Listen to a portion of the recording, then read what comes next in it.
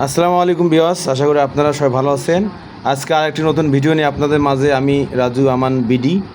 তো আপনারা যারা কম্পিউটারের মাদারবোর্ড নিয়ে টেনশন করতেছেন বা মাদারবোর্ড সমস্যা হয়ে গেছে, তাদের তাদের জন্য আজকের এই ভিডিওটা। তো আপনারা দেখতে পাচ্ছেন আমার হাতে একটা গিগাবাইট 81 মাদারবোর্ড, এটি আমার হাতে আছে। তো এই মাদারবোর্ডটি এক ভাই কিনে নিয়ে এসেছে, আমাকে দেখালো যে ভাই এটা নিয়ে আসলাম। তো আপনারা এই ভুলটা করবেন না। আমি আপনাদেরকে দেখাচ্ছি, এই যে দেখেন এই আইসিটা কিন্তু কাজ করা। আবার এই যে আরেকটা আইসি দেখেন, এটা সিপো আইসি বলে মাদারবোর্ডের, কম্পিউটারের মাদারবোর্ড। এই আইসিটা কিন্তু কাজ করা। আপনারা দেখতে পাচ্ছেন অনেক ময়লা কিন্তু এখানে কিন্তু পেস্ট দিয়ে আইসিটা কিন্তু চেঞ্জ করে দিয়েছে। দেখেন অনেক ময়লা কিন্তু এখানে আছে, আপনাদেরকে ভালোভাবে দেখাই। এই দেখেন এই ময়লা, অনেকগুলো ময়লা। তো অন্য আইসি যেগুলো আছে এগুলো আমি দেখাবো। দেখেন এই যে এটা হচ্ছে আপনার ইউএসবি আইসি।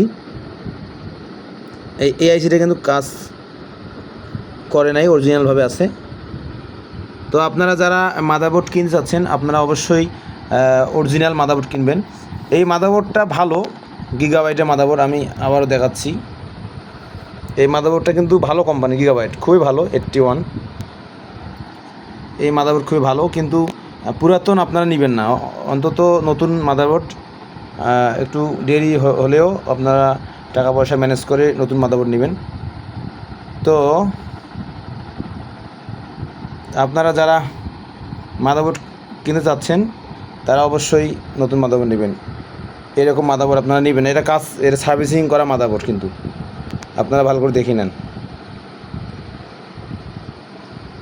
তো আপনারা সবাই ভালো থাকবেন। এ ধরনের ভুল করলে আপনাদের অনেক ক্ষতি হবে। তো নেক্সট টাইম আবারও ভালো ভিডিও নিয়ে আপনাদের মাঝে উপস্থিত হব।